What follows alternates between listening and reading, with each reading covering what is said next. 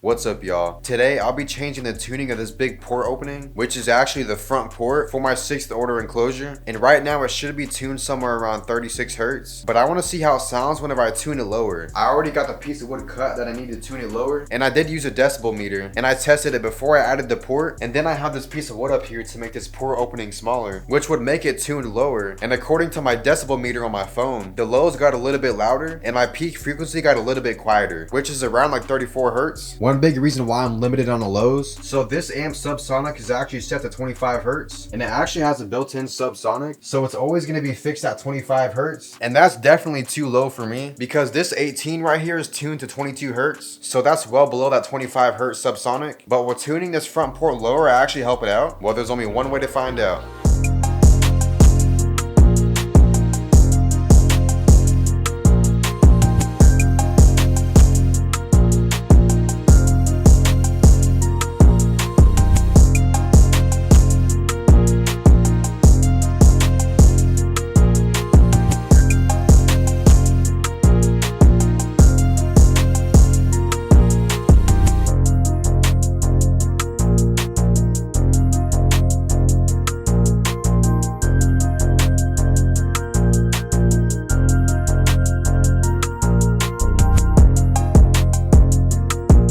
So now I got this piece of wood fully glued on, and now the only thing left to do is to paint it.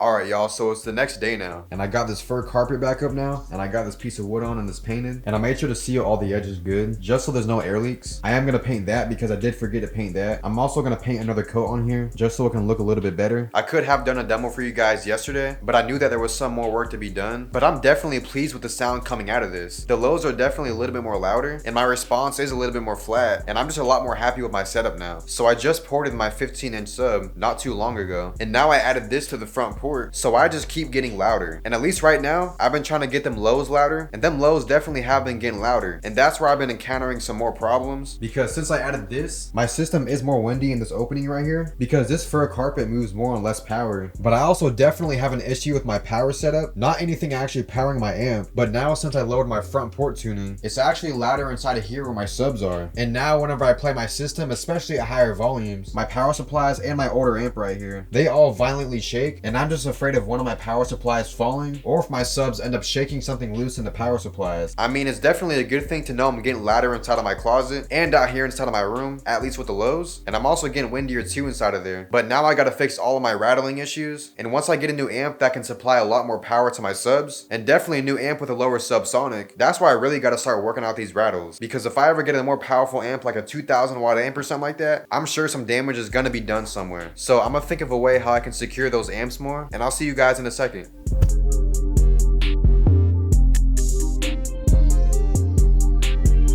Alright, y'all, so I got a bit of a mess right here, but as y'all see, I got another coat of paint on here, and I feel like this coat of paint definitely made it look a lot better. I also painted that right there, and I also painted this other one, and now I got one coat of paint on the backside. I also made sure to have all the edges sealed, so there shouldn't be any air leaks now.